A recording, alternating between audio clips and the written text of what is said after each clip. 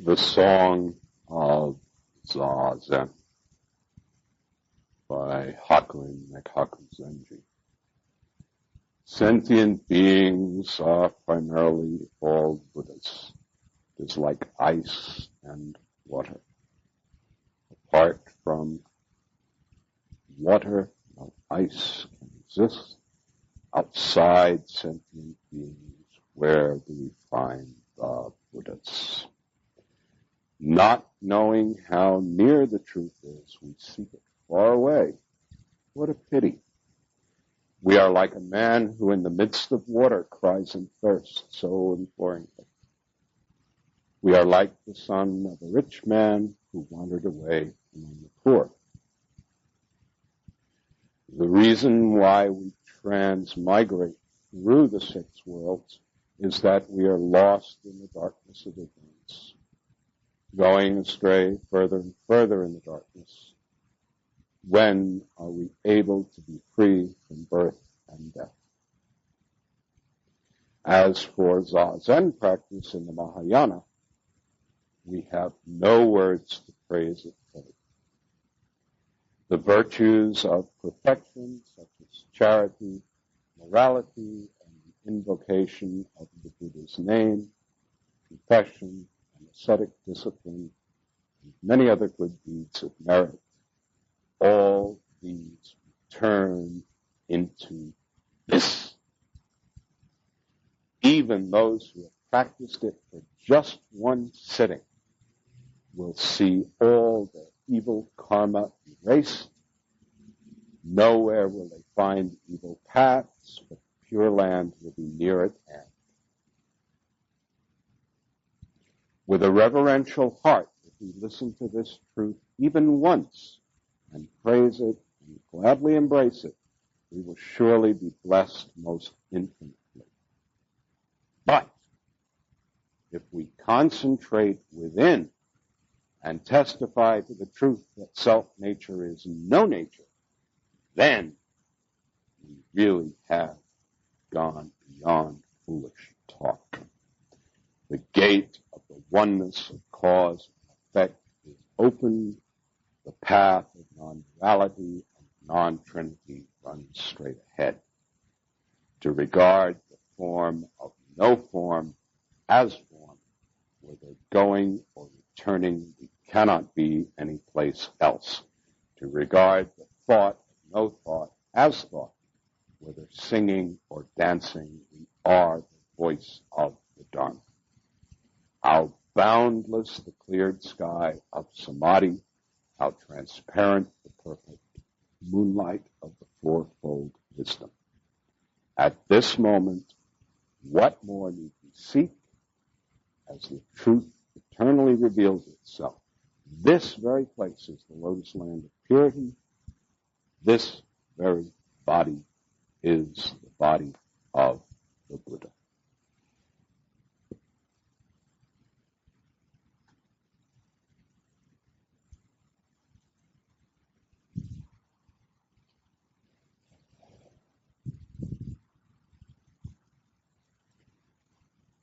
Good morning.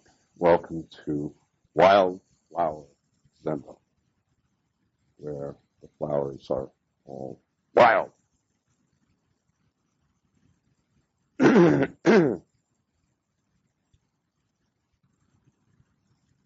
Today we have some guests from quite far away. We've had a long drive, right? About An hour and 45 minutes. And you guys, would you introduce yourselves?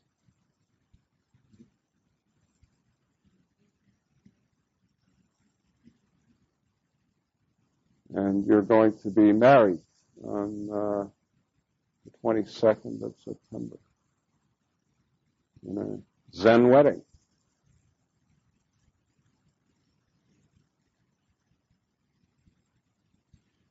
So welcome to our small Zendo. We are always open to guests, and people are always welcome to join us. I had sort of promised to do a Dharma 101 talk today, but I see I've only got a half an hour, so I was planning on speaking for about 3.5 hours, compressing it somewhat, so I'll brief it up. What is Buddhism? It's sort of like many other isms. In one respect, and yet in another, it is like none of these things.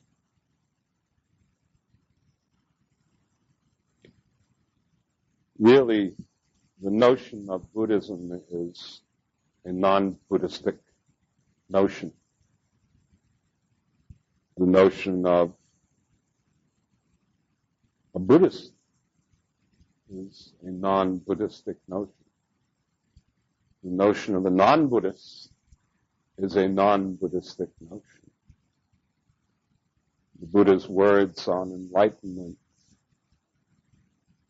went something like this: lo and behold, all beings are fundamentally Buddha.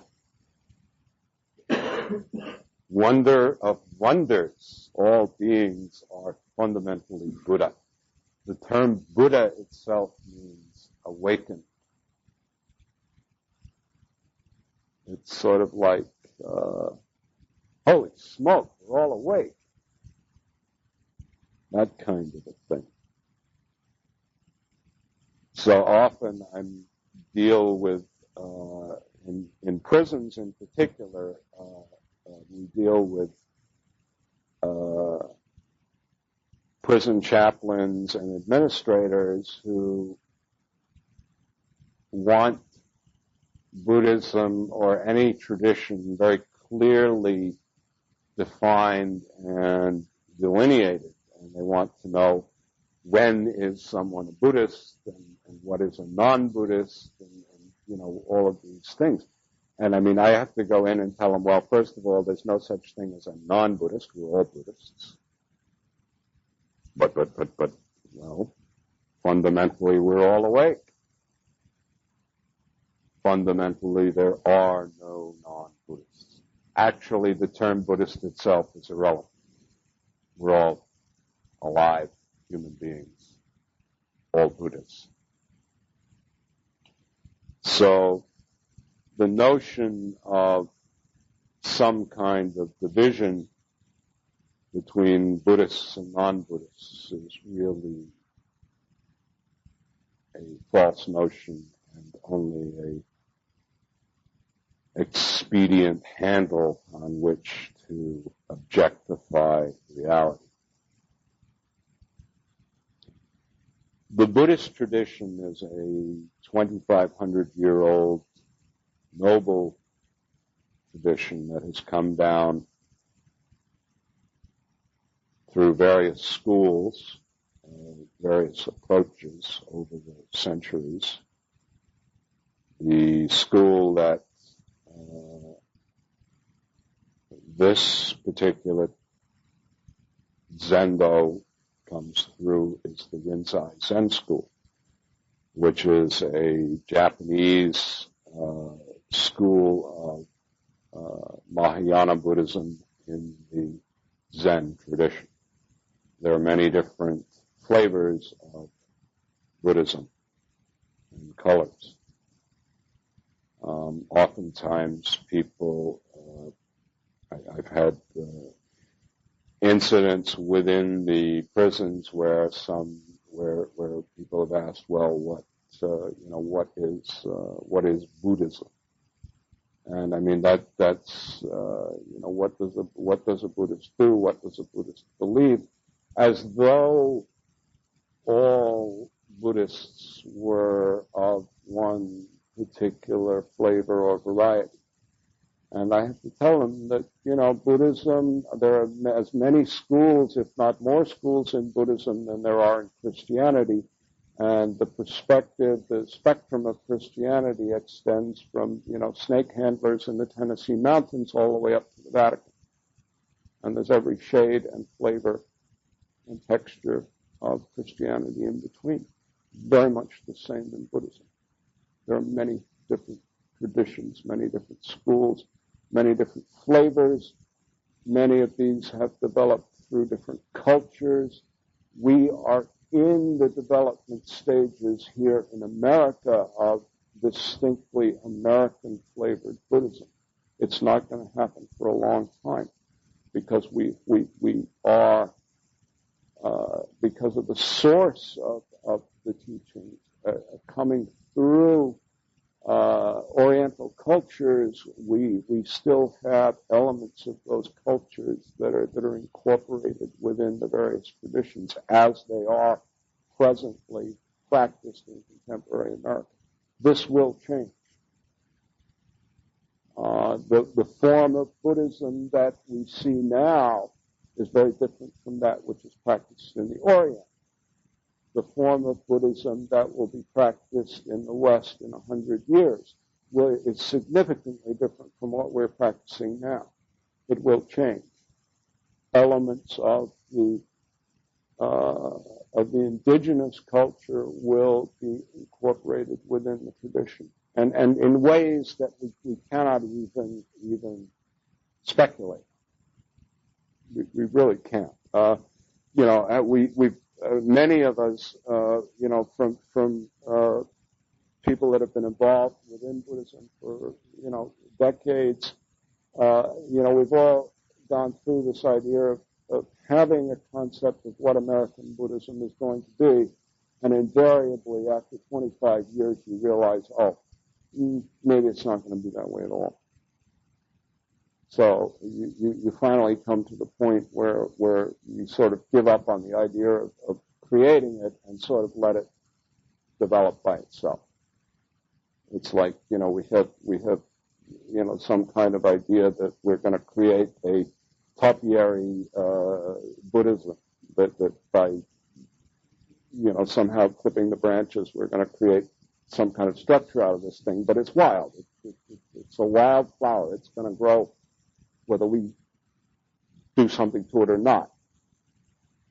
So perhaps it's best just to let it grow and see what happens. Buddhism is very, very different from any of the traditions within the Western religious spectrum. It is a non-dogmatic tradition. It is very much a do-it-yourself practice tradition. And Zen, in particular, is a tradition of practice. It is, there are different approaches in Buddhism. Some schools have devotional approaches. Other schools have intellectual approaches. Other schools have practice approaches. The Zen school is fundamentally a practice school. It is about doing the actual practice of the Buddha, and the emphasis is on doing it yourself, working it out for yourself.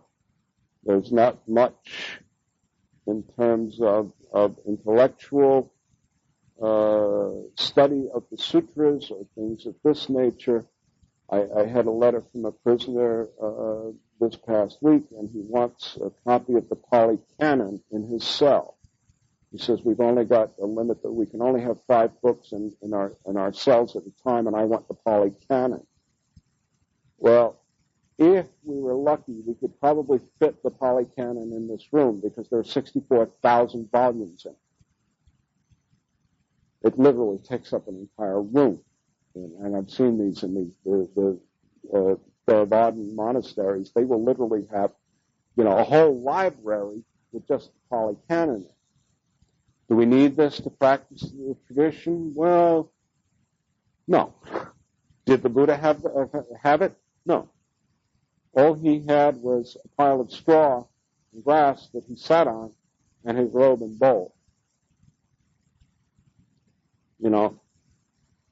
bare essentials within the tradition. And fundamentally, we need life itself. We need to be alive to practice. But not much more than that. We don't. There's a sutra called the Kalima Sutra, which is the Buddha's sutra on free inquiry. And within that, he gives instructions as to how do we know what the truth is? How do we make informed decisions as to the nature of the teachings, and what do we depend on? What do we listen to? Well, he says you don't listen to doctrine. Don't accept sutras just because they're sutras. Just because they come out of a holy book. Don't accept what some monk says just because he has a bald head and a robe. Don't accept what an authority says just because they're an authority. Don't accept what a monk says just because he's a monk. Don't accept what a government official says just because he's a government official. Don't accept the monastic party line just because it comes from the monastery. Don't accept things because they're common knowledge. Don't accept things because your friends tell you that's the way things are. All of the Buddhist sutras that come down from Ananda begin with the words, "Thus have I heard." Not "this is the way it is." Thus have I heard. I heard this somewhere. Not "this is the way it is." This is just something I heard. Now, if it's of value, fine. If not, that's okay, too. Ultimately, what the Buddha is saying in his Sutra on Free Inquiry is figure it out for yourself.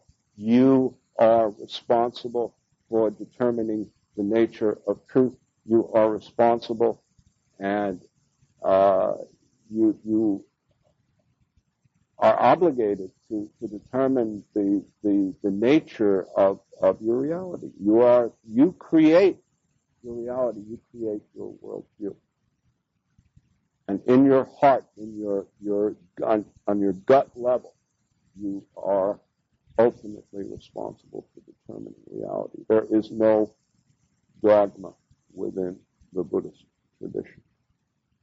There is no belief within the Zen tradition. Belief is merely a mental process that involves placing faith in the unknown.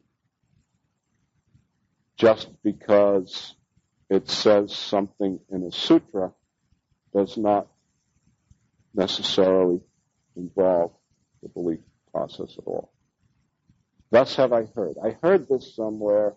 You check it out and determine whether it's valid. That's your responsibility. That's your obligation. You're accountable for your own reality. Buddhism is a do-it-yourself tradition. So we have this guy, this Buddha, who is called the awakened one. Something happened through his introspective sitting practice.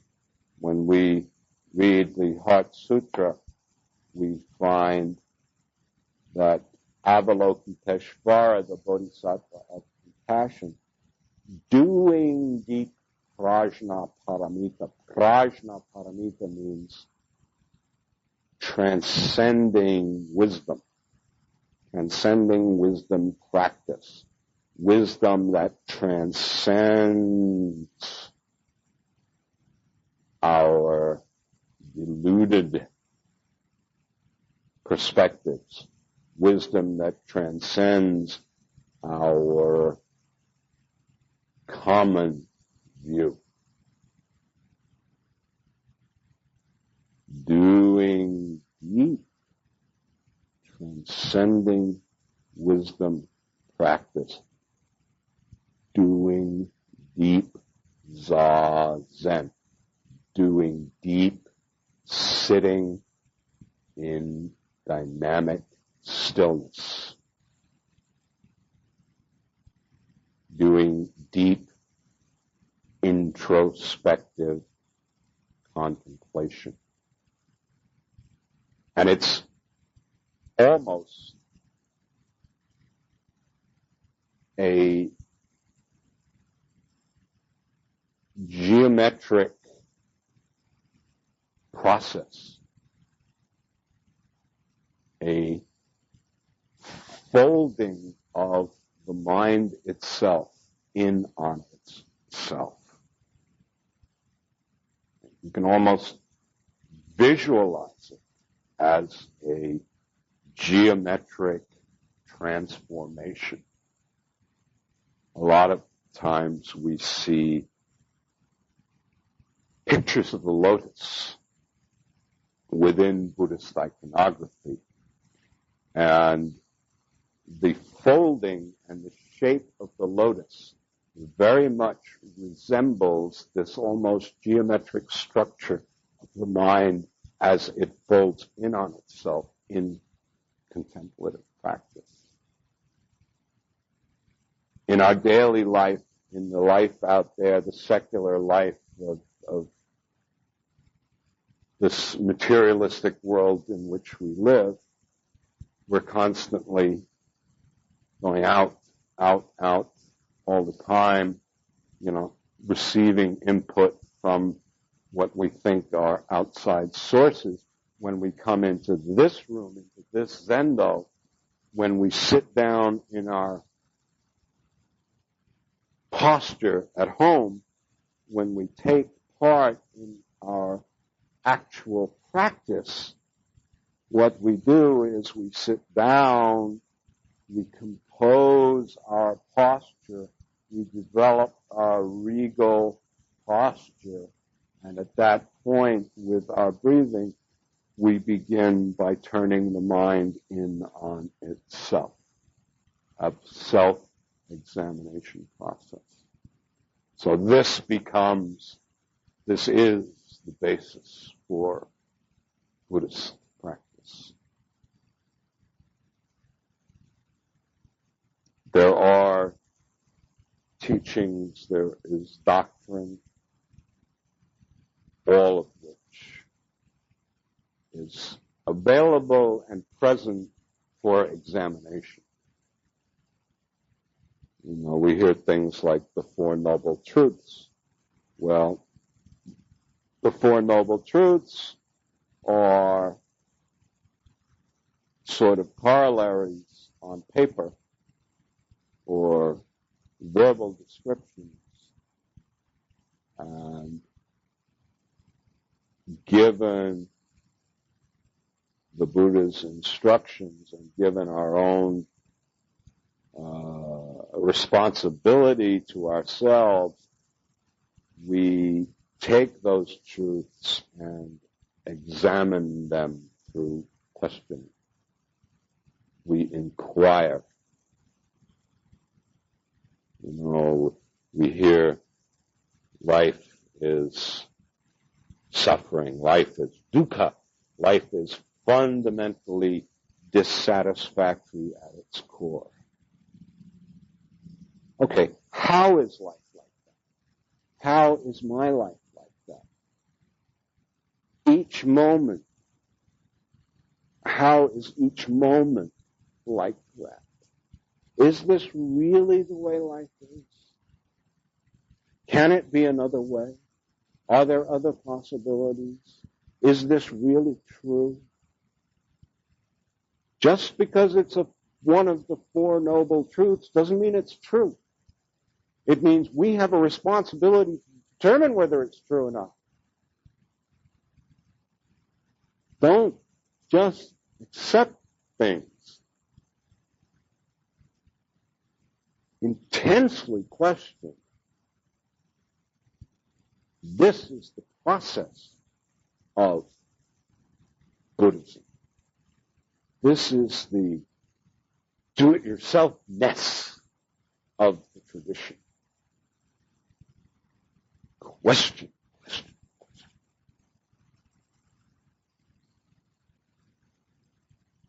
Any questions?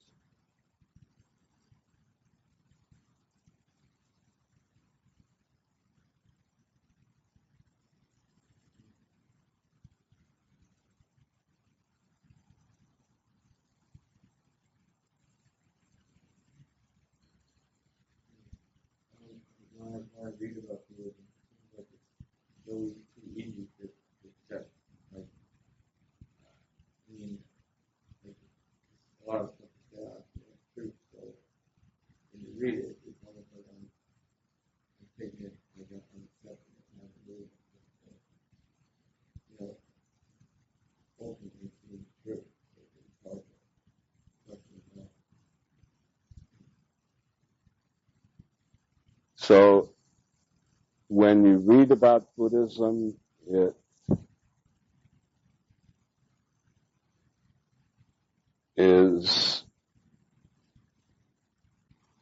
seems like it's true, and it's hard to question it.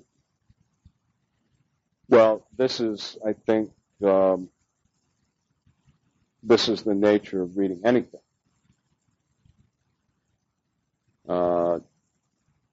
Don't believe everything you read. Just because it's written and, you know, has good grammar and syntax and, you know, has good vocabulary doesn't necessarily mean that it's true at all.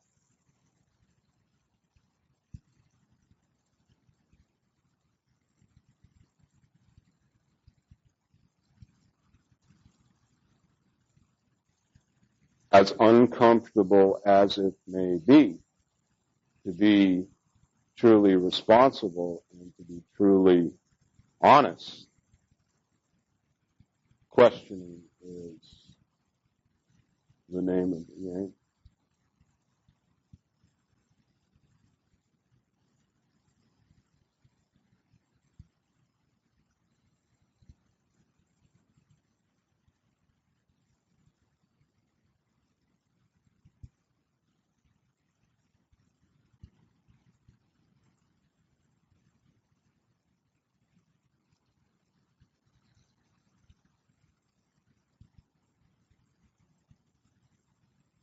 Well, since there are no more questions, and we're about out of time, thank you all for coming. Thank you for your attention.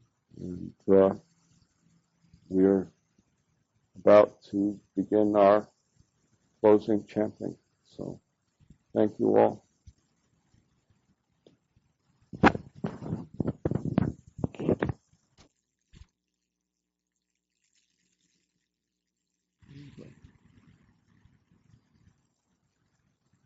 Particularly hot day at Daibusatsu Zendo. And the essence of his teisho was, when it is hot, sweat. When it is cold, shiver. And it certainly is hot.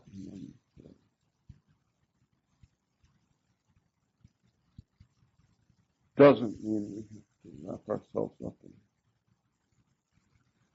winter coat in order to sweat.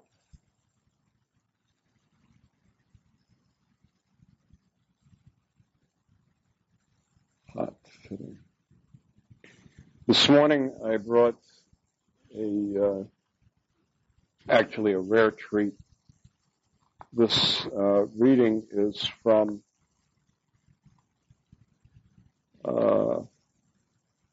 a book of poetry by Chogyam Trungpa Rinpoche, who was, I guess, really my first teacher. He was with the Tibetan Kagyu lineage of Tibetan Buddhism. And this little book is kind of rare. I don't think it's in print anymore. I'm not sure. I'm not sure precisely when it came out, but I remember when it did come out, and it was. I found it really, really delightful.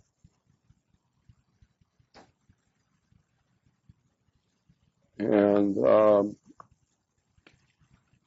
one of the first readings here, or the first reading in the book, comes from a teaching by Petral Rinpoche, who lived at the end of the 19th century.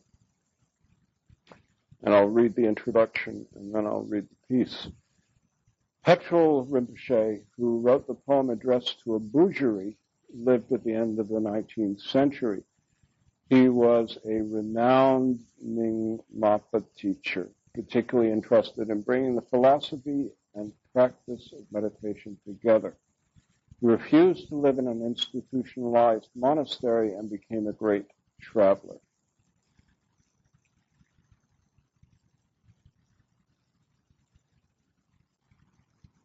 This teaching brings the precise experiences of the awakened state. In fact, it surpasses concepts including the idea of Buddha nature, which has an element of the not yet mature. The difference between them, and he's referring to another reading here, seems to be that the achievement of Buddha nature is seen as a development, but with Mahā'ati, it is an experience all at once. The image of Mahā'ati is the Garuda, which emerges from the egg fully grown. So, this is really a very advanced teaching. He says here, I've included these translations in the book, even though they are advanced teaching, because reading them seems to have inspired many people. There's no danger of presenting them because they are what is called self-secret. That is, one cannot understand what one is not ready for. They're also incomplete without the transmission from a guru of the lineage.